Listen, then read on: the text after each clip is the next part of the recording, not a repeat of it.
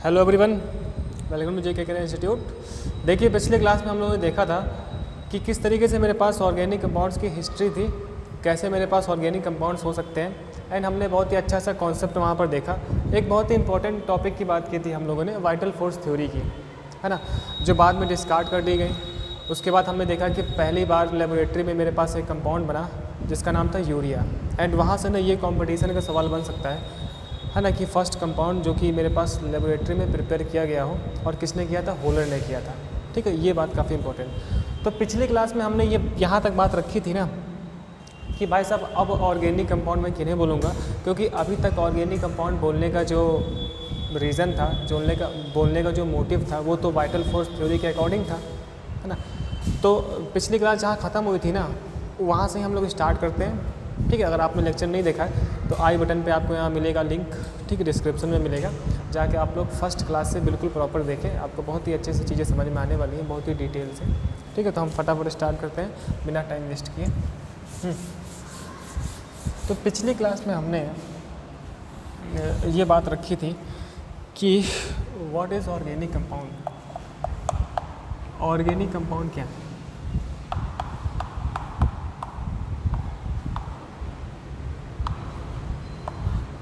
हम बात कर रहे हैं ऑर्गेनिक कंपाउंड, है ना। ऑर्गेनिक कंपाउंड्स है ना, पहले मुझे ये बात पता होना चाहिए कि हाइड्रोकार्बन्स क्या होते हैं, है ना। बेसिकली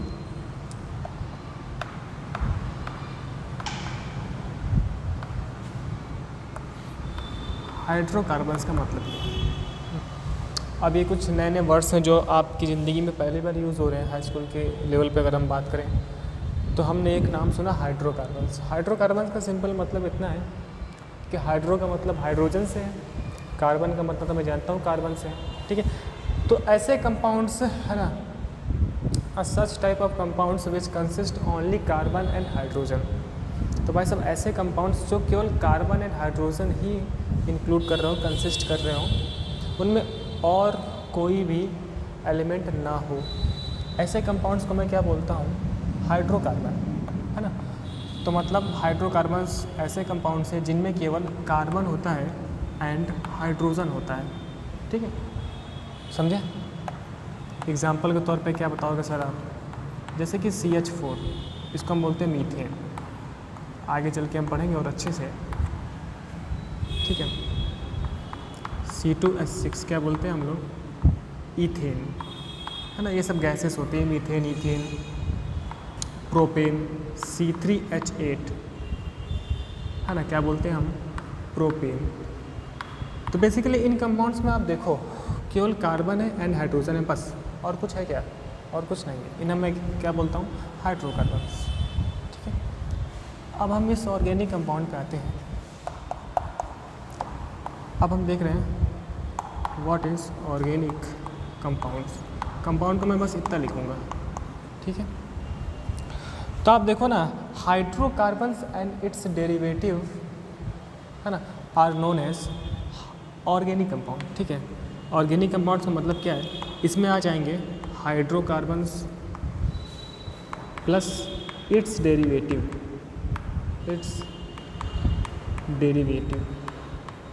सर डेरिवेटिव किनको बोलते हैं, है ना। डेरिवेटिव का मतलब ना, जो कि किसी दूसरे से बनाया जाए। आप देखो हाइड्रोकार्बन्स की बात कर रहे हैं एंड इट्स डेरिवेटिव, आप देखो तो ये तो हाइड्रोकार्बन हुआ, जैसे कि मैंने बात की CH4 मीथेन। मीथेन एक हाइड्रोकार्बन है, ठीक है ना।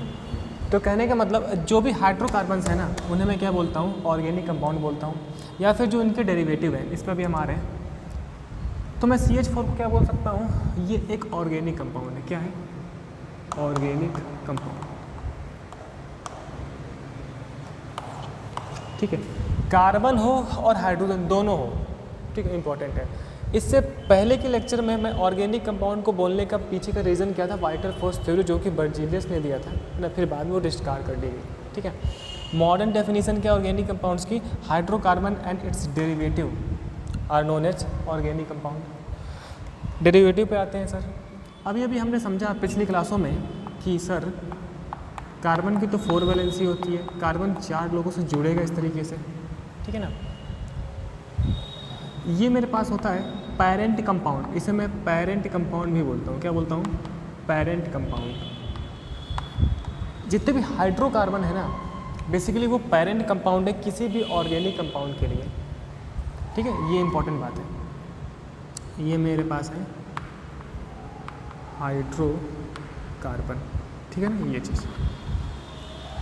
तो अगर इसमें मैं कोई चेंज कर दूँ, किसी एक हाइड्रोजन को हटाकर कोई और मैं एटम लगा दूँ या फिर ग्रुप ऑफ एटम लगा दूँ, तो इस हाइड्रोकार्बन में चेंज करने के बाद जो बनने वाला है ना, उसे मैं क्या बोलता हूँ? डेरिवेटिव। तो जो बना वो क्या होगा? हाइड्रोकार्बन का डेरिवेटिव होगा। सही है। तो आप देखो, तो मैं क्या कर रहा हूँ ना, आपको समझाने के लिए मैं एक H को हटाकर ये मैं लिखा हूँ -H। क्या लिखे ना हम लोग? -H। -H मतलब कहीं भी एक H को मैं हटा के ना, वहाँ पे अगर मैं +X लगा दूँ, X को हम पहले पढ़ चुके हैं, X का मतलब हैलोजन होता है, एंड X की जगह फ्लोरीन, क्लोरीन, ब्रोमीन, आयोडीन हो सकता है ना, पढ़ा था ना इससे पहले हम लोगों ने, ठीक है ना। तो मैं किसी एक H को मैं हटा देता हूँ, तो आप देखो मान लीजिए यहाँ पे H था, ये भी H था, ये भी H था, यहाँ मैंने X लगा दिया, है ना। या फिर मैं इसे क्या बोलूँगा? CH3X, ठीक है। तो जो ये बना ना, जो ये बंदा बना, इसे मैं क्या बोलूँगा? Derivative of hydrocarbon. Derivative of hydrocarbon, ठीक है। तो अब मुझे बात ये समझ में आ गई कि ये हाइड्रोकार्बन है एंड इसका डेरिवेटिव ये हो गया, है ना। तो ये बंदा इसका डेरिवेटिव है, ठीक है। तो हाइड्रोकार्बन हो या फिर डेरिवेटिव हो, उनको मैं क्या बोलता हूँ? Organic compound. तो भाई साहब ये भी ऑर्गेनिक कंपाउंड है और मेरा ये भी क्या है? एक ऑर्गेनिक कंपाउंड है। OC मतलब ऑर्गेनिक कंपाउंड, ठीक है, ये चीज़। तो ये बात क्लियर होती है कि hydrocarbon and its derivative are known as organic compound, ठीक है। तो बेसिकली आज अभी तक हमने ये समझा कि ऑर्गेनिक कंपाउंड की रियल में डेफिनेशन क्या है। तो इसको जरा आप जिस तरीके से मैंने लिखा है ना पहले वैसे भी आप लोग लिख लो, जिससे कि आपके माइंड में चीज़ें रहें, और चीज़ें तो हम लोग समझते जा ही रहे हैं। इसके बाद क्या पार्ट होता है, पहले आप लिख लो जरा।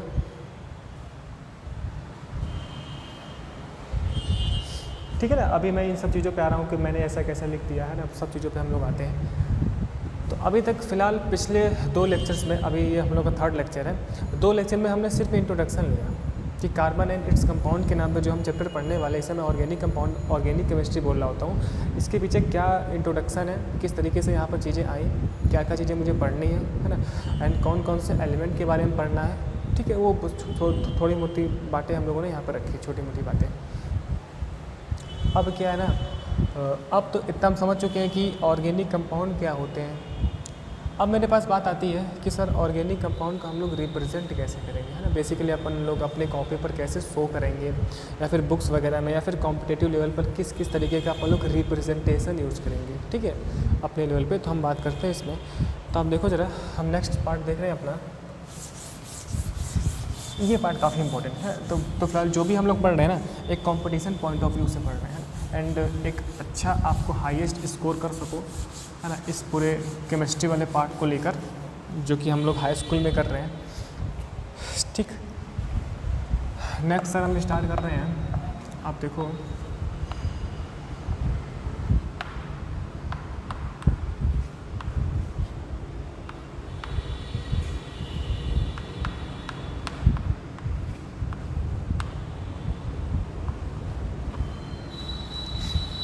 रिप्रेजेंटेशन ऑफ ऑर्गेनिक कंपाउंड्स, है ना। रिप्रेजेंटेशन सर कैसे शो करोगे आप? तो रिप्रेजेंटेशन ना डिफरेंट टाइप से हो सकता है। हम लोग को पहले हम सारे टाइप पढ़ लेंगे, फिर हम लोग मेजरली किसका यूज़ करेंगे ना, उसकी बात कर लेंगे, है ना। आप देखो, पहला रिप्रेजेंटेशन होता है जिसका नाम है molecular formula. Molecular formula basically ये क्या होता है ना सर, ये एक ऐसा रिप्रेजेंटेशन है ना, जिसमें हम लोग ये देखेंगे कि एक मॉलिक्यूल के अंदर कितने नंबर ऑफ एटम्स मेरे पास हैं। क्या कहना चाहते हैं सर? कहना तो हम ये चाहते हैं ना बस, कि मान लीजिए अगर कहीं CH4 लिखा है, या फिर C2H6 लिखा है, या फिर C3H8 लिखा है, या फिर C2H4 लिखा है, ये सर कैसे लिख रहे हो, इसकी बात करेंगे अभी हम आगे चल के, है ना। तो बेसिकली ये जो रिप्रेजेंटेशन मुझे दिख रहा है ना, या फिर आप देखो एक इनऑर्गेनिक वाला H2O। अब H2O एक ऑर्गेनिक कंपाउंड नहीं है, क्योंकि यहाँ पे कार्बन हाइड्रोजन थोड़ी ना है, ये एक इनऑर्गेनिक वाला है, हम लोग एग्जाम्पल के लिए लिख लिए ऐसे ही, है ना। या फिर आप देखो HCOOH, इसे हम बोलते हैं फॉर्मिक एसिड। ये आपने कभी नाम सुना हो 8th क्लास वगैरह में, फॉर्मिक एसिड। या फिर आपने एक नाम सुना हो CH3COOH, एसिटिक एसिड नाम सुना हो, भले फॉर्मूला आपको शायद ना पता हो, है ना, ये बात। तो ये जितने भी रिप्रेजेंटेशन हम लोगों ने यूज़ किया ना, इस रिप्रेजेंटेशन को हम क्या बोलते हैं सर, मॉलिक्यूलर फार्मूला। बेसिकली इस रिप्रेजेंटेशन से मुझे इतना पता चलता है कि इस कंपाउंड के एक मॉलिक्यूल में ना कितने एटम हैं। जैसे आप देखो CH4 का ये एक मॉलिक्यूल लिखा हुआ है। सर एक मॉलिक्यूल कैसे है, क्योंकि इसके सामने एक है ना, 1 लगा है, 1 नहीं दिखता है, हमें हमारे आँखों से 1 छिपा हुआ है, ठीक है। अभी हम इस पे आते हैं। या फिर अगर हम लोग ऐसे लिख दें ना C2CH4, इसका मतलब क्या, CH4 का 2 मॉलिक्यूल। जब तक CH4 लिखा है तब तक क्या है, एक मॉलिक्यूल, क्योंकि मुझे पता है कि नंबर ऑफ़ एटम के कॉम्बिनेशन से मॉलिक्यूल बन रहा होता है। तो ये बस इतना शो कर रहा है, ये वाला बंदा इतना शो कर रहा है कि मीथेन के एक मॉलिक्यूल में एक तो कार्बन का एटम है, क्या है सर, एक तो कार्बन का एटम है, एंड 4 हाइड्रोजन के एटम है। तो this representation shows number of atoms in molecule, ठीक है। CH4 से हम क्या समझें कि भाई साहब कार्बन का 1 एटम एंड हाइड्रोजन का 4 एटम, ठीक है। आप इससे क्या समझ रहे हो कि आपके पास CH4 का 2 मॉलिक्यूल है, 2 मॉलिक्यूल में आप देखो 2 एटम तो कार्बन के हैं, इस 2 से दरअसल मल्टीप्लाई होता है, 2 4 जा 8, एंड 8 एटम जो है ना वो हाइड्रोजन के हैं। क्या है सर जी, 8 एटम जो है ना वो हाइड्रोजन के हैं। तो basically this representation only shows number of hydrogen present in molecule. अब जैसे आपसे मैं ये पूछ लो, आप लोग लिख लेना ना कमेंट बॉक्स में, आप आंसर देना। जैसे कि इसका मतलब क्या है कि इस C2H4 के मॉलिक्यूल में 2 कार्बन के एटम्स हैं एंड 6 हाइड्रोजन के एटम्स हैं। सिंपल सी बात है। इस H2O के एक मॉलिक्यूल में 2 हाइड्रोजन के एटम है एंड 1 ऑक्सीजन का एटम है। इस एसिटिक एसिड के मॉलिक्यूल में, एक मॉलिक्यूल में दिख रहा है 2 कार्बन के एटम्स हैं, 4 हाइड्रोजन के एटम हैं, 2 ऑक्सीजन के एटम हैं। तो जिनको मैं छोड़ दिया हूँ ना, इसका आप लोग कमेंट बॉक्स में आंसर लिख के दें, है ना, कि सर इसमें इतने एटम्स, इसमें इतने एटम्स, ठीक है। तो पहला रिप्रेजेंटेशन हमने ये देखा जो कि नॉर्मली यूज़ होता है हमारे चैप्टर्स में, कौन सा, मॉलिक्यूलर फार्मूला।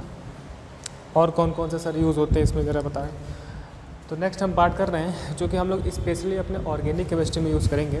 तो उसको आप देखो ज़रा, है ना, इसको आप लिखते रहा करो, ठीक है। जब हम इधर जाएँ उधर जाएँ तो आपको जैसा मिले टाइम वैसे आप लोग पॉज करके लिख लिया करो। आज वाला पार्ट हम लोग ख़त्म करेंगे, फिर आगे चल के हम इसमें डिटेल से बातें करेंगे, ठीक है। चलिए तो एक ही बार में हम फटाफट सब कर लेते हैं। नेक्स्ट हम ये देख रहे हैं ना, नेक्स्ट एक मेरे पास होता है जिसे हम बोल रहे हैं ग्राफिक फार्मूला, है ना। अब देखिए ये सारे पार्ट्स आपको हो सकता है NCERT में ना मिले, लेकिन कॉम्पिटिटिव लेवल के हिसाब से हम लोग चीज़ें पढ़ रहे हैं तो वहाँ पे आपको दिखेगा। या फिर हम बोलते हैं एक्सटेंडेड फार्मूला। क्या बोला सर, ग्राफिक फार्मूला या फिर एक्सटेंडेड फार्मूला। इसका मतलब क्या है ना कि आप देखो एग्जांपल के थ्रू हम सब समझ सकते हैं। इस फार्मूले में ना हम लोग शो कर रहे होते हैं, क्या शो कर रहे होते हैं sir, carbon carbon single bond. हम बेसिकली कार्बन कार्बन के बीच का बॉन्ड शो कर रहे होते हैं। हम ऐसे लिखते हैं CC bond and CH bond, ठीक है ना। इस CC लिखने का मतलब बस इतना है कि मुझे कार्बन और कार्बन के बीच का बॉन्ड शो करना है। इस CH लिखने का मतलब इतना है कि मुझे C और H के बीच का बॉन्ड शो करना है, ठीक है। तो आप देखो ज़रा इसमें एग्जांपल्स आप देखो। अगर कभी हमारी ज़िंदगी में ऐसा लिखा हुआ दिखे ना, आप दिख रहा है आपको ये चीज़, तो यहाँ पे आप बॉन्ड देखो, मुझे CH बॉन्ड दिख रहा है। कार्बन की वैलेंसी 4 होती है तो मुझे पता है कि CH4 इस तरीके से होगा। अगर मुझे 2 कार्बन्स रखने हैं तो सर कैसा होगा, आप देखो एक H इधर, H इधर, इधर इधर इधर इधर, ठीक है ना, ये चीज़। इसी को अगर मुझे MF में लिखना होता, MF मतलब मॉलिक्यूलर फार्मूला, तो मैं CH4 ऐसे लिख देता हूँ ओनली CH4। क्यों? ये क्या लिखा है CH3, ये लिखा है C2H6, दिख रहा है C2H6। तो इसी को अगर मैं मॉलिक्यूलर फार्मूला में लिखता तो मैं लिखता C2H6। लेकिन ये जो फॉर्म है ना, ये जो फॉर्म है जहाँ पे मुझे C सिंगल बॉन्ड C दिख रहा है and C single bond H दिख रहा है, इस फॉर्म को मैं क्या बोलता हूँ सर? ग्राफिक फार्मूला या फिर ग्राफिकल फार्मूला। सही है। इस फार्मूले का जनरली अपन लोग यूज़ नहीं करते हैं, है ना, क्योंकि इतना हम लोग करेंगे ना तो हमारी कॉपी भर जाएगी, है ना, ऐसे बनाते जाएंगे। तो आप देखो नेक्स्ट हम देख रहे हैं, जैसे आप देखो ये चीज़ देखो, आप क्या लिखा है HCOOH, फॉर्मिक एसिड लिखा है। सर यहाँ डबल क्यों हो गया? ऑक्सीजन की वैलेंसी 2 होती है, अभी हमने बात की थी, ऑक्सीजन की वैलेंसी 2 होती है, 1 और 2, ठीक है ना। या फिर हम अभी मैं थोड़ा सा ज़्यादा एग्जांपल्स ले रहा हूँ आपको चीज़ें समझाने के लिए सेपरेटरी। या फिर हम सर ऐसे कर सकते थे क्या? आप देखो ये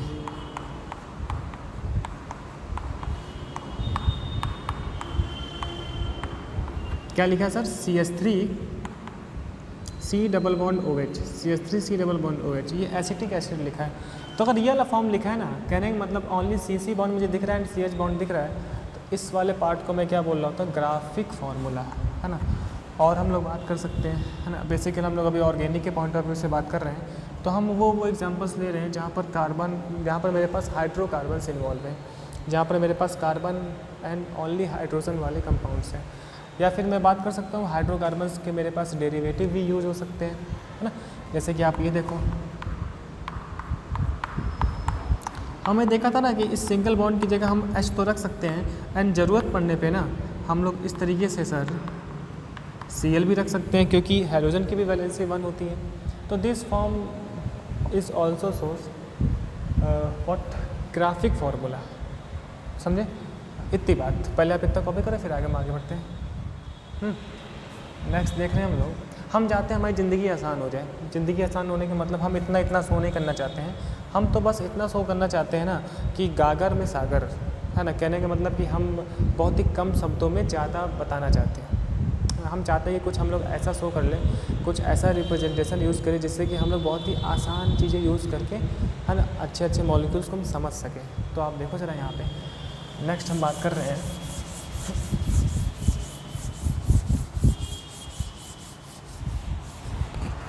सही है।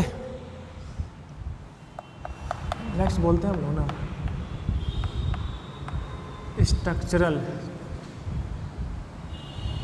Structural formula.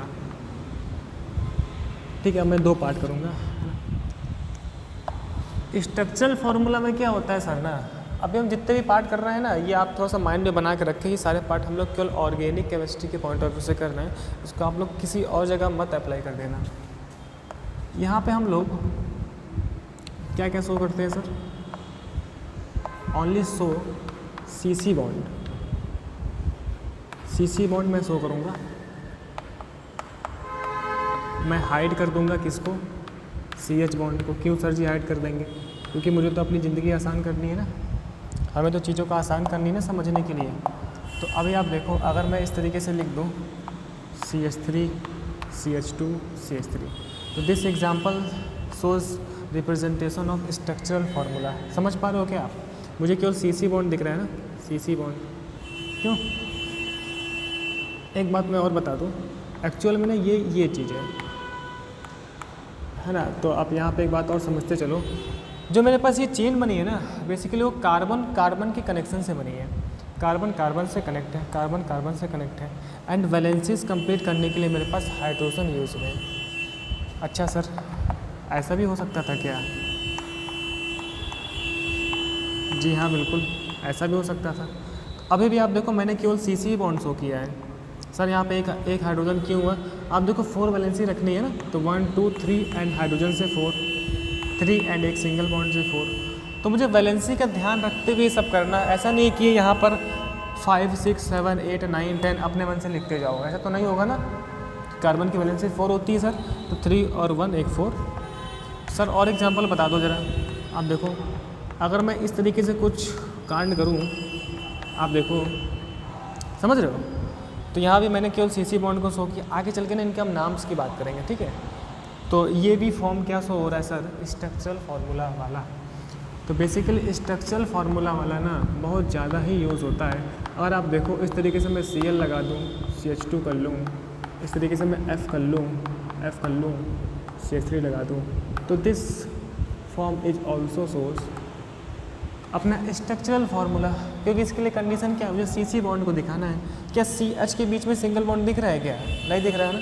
तो ये रिप्रेजेंटेशन किस में आता है, स्ट्रक्चरल फार्मूला में। सही है। एक मैं एग्जांपल और ले लेता हूँ सर, ये देखो आप CH3C डबल बॉन्ड OH अपना वही एसिटिक एसिड, या फिर HC। अब मैं इसको हटा देता हूँ ना, ये थोड़ा सा आपके लिए डिफरेंट पड़ेगा। मैं कुछ अलग एग्जांपल ले लेता हूँ। तो आप देखो ज़रा,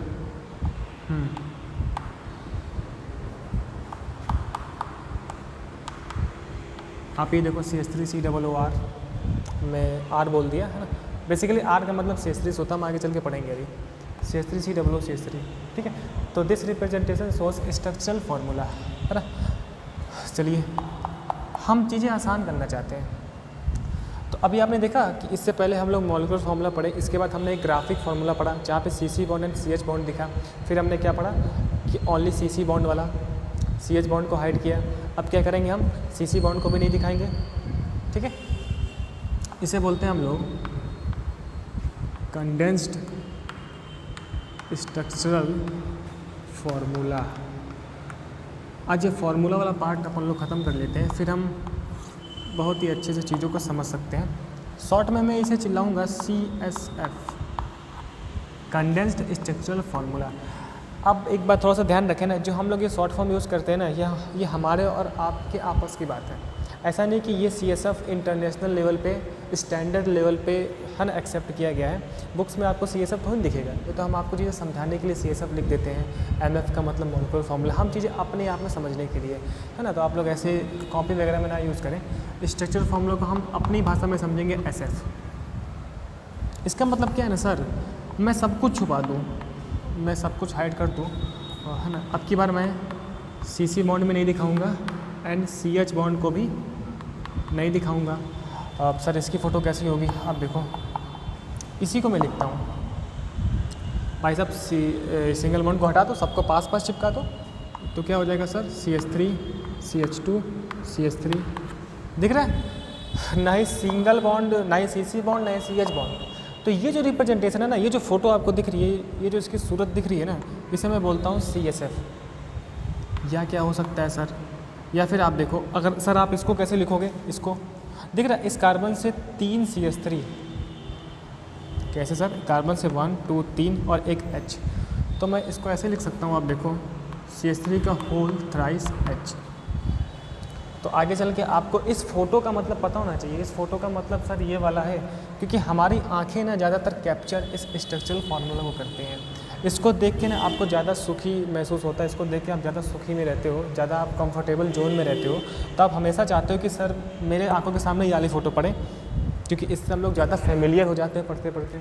लेकिन कंपटीशन वाला ना वो ऐसा देता है, उसको इससे प्यार है, किससे प्यार है, इससे प्यार है। तो इसको देख के ना पहले आप इसमें कंफर्टेबल हो, तो आप पहले उसको देख के ये बना लो। सर कैसे बनाते हैं, हम ऐसे बनाते हैं, देखो ना CH3 का होल थ्राइस का मतलब क्या है, CH3 3 टाइम्स लगा है, ठीक है। मैंने एक मिस्टेक की, I made mistake, please correct करने दे मुझे। ये चीज़ CH करना पड़ेगा ना, देखो 1 2 3 CH3 लगा है इस CH से, तो CH3 का होल थ्राइस CH के साथ। हम ऐसा समझेंगे ना, जो ब्रैकेट में लगा होता है ना, ब्रैकेट के बाद जो कार्बन है, उस कार्बन से ब्रैकेट वाले सब कनेक्टेड हैं। क्या मतलब हुआ, ब्रैकेट के बाहर ये C है ना, मतलब इस C से ये तीनों CH3 लगा हुआ है ना। और एक बात आप लोग समझ सकते हो कि यहाँ पर 3 CH3 मतलब 3 वैलेंसी कंप्लीट है CH3 की वजह से। इसका मतलब कि 4 वैलेंसी एक कहीं से लानी पड़ेगी, वो हाइड्रोजन से है, समझे। अभी मैं थोड़ा सा अच्छी लेवल की बात कर रहा हूँ, तो इसको आप लोग थोड़ा सा गौर से समझिएगा। सर इसको कैसे लिखते हैं आप, इसको तो मैं ऐसा लिख सकता, सिंपल दिख रहा है, इस कार्बन से 4 CH3 लगे हुए हैं, तो सर मैं ऐसे लिख देता क्या, CH3 का होल 4 C। तो आप एक बात समझ सकते हो कि कि कभी भी ज़िंदगी में ना यहाँ H लिखा नहीं हो सकता है, कभी ऐसा लिखा होगा तो वो गलत है। क्यों गलत है? कार्बन की 4 वैलेंसी यहाँ से कंप्लीट है, 5 थोड़ी ना हो जाएगी। सही है, तो ये चीज़ अभी मैं इस पर एक्सरसाइज करवाता हूँ आपको चीज़ों को समझाने के लिए। सर उसको भी लिख दो जो मैं यहाँ लिखा हूँ ना, इसी को लिख लेते हैं ना समझने के लिए। मान लीजिए मुझे इसे लिखना होता है तो आप देख रहे हैं CH3, इस C से 2 Cl लगे हुए हैं, 2 Cl लगे ना, कैसे लिखते हैं सर? C लिखते हैं, फिर बनाते हैं ब्रैकेट, फिर लिखते हैं Cl, कितने हैं? 2 हैं। तो मैं क्या लिखूँगा सर? यहाँ 2 लिखूँगा। इस बात का मतलब समझ में आया क्या? CH3 ये वाला, C कार्बन ये वाला, इस कार्बन से 2 Cl, तो उस 2 Cl को ना मैं ब्रैकेट में लिखता हूँ, ब्रैकेट में 2 Cl। तो आपको इस चीज़ को देखकर ये कैसे बनाना है, आपको कैसे आइडिया आएगा कि मैं सर इसको देख के ये बना लूँ? तो आप पहले CH3 लिख देना, फिर C लिख देना, C के बाद जो ब्रैकेट है ना उसमें जो बंदे हैं ना वो इस कार्बन से लगे हैं, ठीक है। इस कार्बन के बाद नेक्स्ट CH2 है, तो सर CH2 तो मैं ऐसे ही लिख देता हूँ, इसमें कोई तकलीफ ही नहीं है। बाद में मेरे पास C से 2 F लगे हैं तो मैं C लिखूँगा, फिर ब्रैकेट में F को लिखूँगा 2 टाइम्स, ठीक है। फिर नेक्स्ट क्या मेरे पास CH3 है, तो ये, तो this photo is known as CSF वाला फॉर्म। सर इसको ही बता दो आप, इसको बता दो आप, है ना। इसमें तो आप सिंपल ऐसे लिख सकते हो CH3 C double bond OH, ये CSF वाला फॉर्म हो गया। या फिर इसे लिखना है तो इसे लिखना है ना सर, तो आप देखो CH3 C double O CH3, समझ रहे हो? सबका पास पास, ये काफ़ी इंपॉर्टेंट होता है। इस पर मैं थोड़ा सा और बात कर लेता हूँ, फिर हम आगे बढ़ जाते हैं।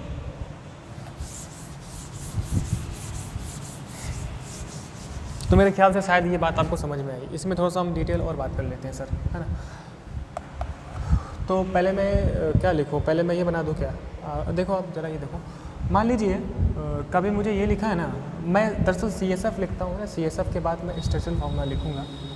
आप देखो अगर CH3 लिखा हो, CH2 लिखा हो, है ना, ऐसे Br2 लगा हो, CH2 लिखा हो, CH लिखा हो, Cl लिखा हो, CH2 लिखा हो, CH3 लिखा हो। तो अगर इस फॉर्म में लिखा है क्वेश्चन, तो आपको इसको देख के ना हो सकता है कि इसकी मुझे नेमिंग पूछी जाए आगे चल के। तो अगर आप इसको देखकर नहीं समझ पा रहे हैं तो इसको देख के मुझे क्या समझ में आना चाहिए? मुझे ये वाली फ़ोटो समझ में आनी चाहिए। कैसे वाला? ये लिखा है CSF के फॉर्म में, मैं चाहता हूँ SF वाला फॉर्म। कैसे करूँगा सर? इस CH3 को पकड़ो, सिंगल बॉन्ड से लगा है CH2, ये CH2, और मैं थोड़ा सा मिस्टेक किया हूँ, मिस्टेक आप पकड़ सकते हो, ठीक है ना। कैसे पकड़ सकते हो? वैलेंसीज को लेकर, यहाँ पे केवल C होना चाहिए था, है ना। देखो आप CH3, नेक्स्ट मेरे पास C है, ठीक है। C जो ब्रैकेट में लगा होता है ना वो इस कार्बन से लगा होता है। ब्रैकेट में क्या है? Br2, मतलब 2 Br, एक तो ऊपर एक तो नीचे, तभी इसको मैं ब्रैकेट में लिखा हूँ।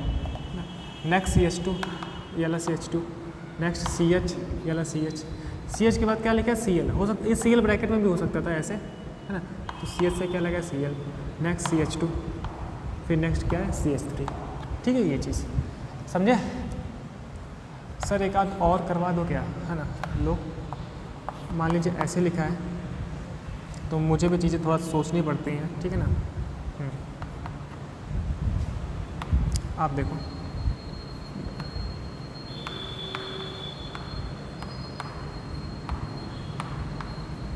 मान लीजिए ऐसा लगा हुआ है, तो इसका मतलब आप समझे ये CSF में लिखा है। क्यों? इसको मैं अगर SF में लिखना चाहूँ तो क्यों लिखना चाहता हूँ? क्योंकि मुझे वाली फ़ोटो ज़्यादा अच्छी लगती है। अब देखो मैं ये CH लिख दूँगा, ब्रैकेट वाले से पहले कोई मतलब ही नहीं होता है। CH3 2 टाइम्स ना, एक यहाँ CH3 लगा है, एक यहाँ CH3 लगा है, ठीक है। मैं SF का फॉर्म लिख रहा हूँ, यानी कि मैं CC बॉन्ड को केवल शो कर रहा हूँ, समझे। तो इस CH के साथ 2 CH3, CH के साथ 2 CH3, नेक्स्ट CH है, तो नेक्स्ट ये CH है, सही है। CH के साथ OH है ना, ये OH ब्रैकेट में भी हो सकता है ना, ये Br ब्रैकेट में भी हो सकता है, ठीक है। CH से OH, तो OH ऊपर लग गया, ऊपर चाहे नीचे, ठीक है ना। लुक चेंज करने से कंपाउंड चेंज नहीं होगा।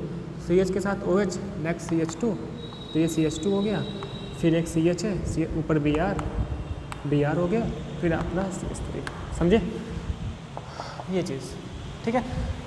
तो इसे हम बोलते हैं कंडेंस्ड स्ट्रक्चरल फार्मूला। इसके बाद एक और नोटेशन है जो कि अपने लेवल पे तो यूज़ नहीं होगा, लेकिन नेक्स्ट क्लास में हम उसकी थोड़ी सी बात कर लेंगे जो कि कॉम्पिटेटिव लेवल पे यूज़ होता है, जिसका यूज़ अपन लोग 11th-12th क्लास में करते हैं। अपने लेवल पे थोड़ा सा यूज़ होगा तो हम उसमें थोड़ी सी बात कर लेंगे, ठीक है।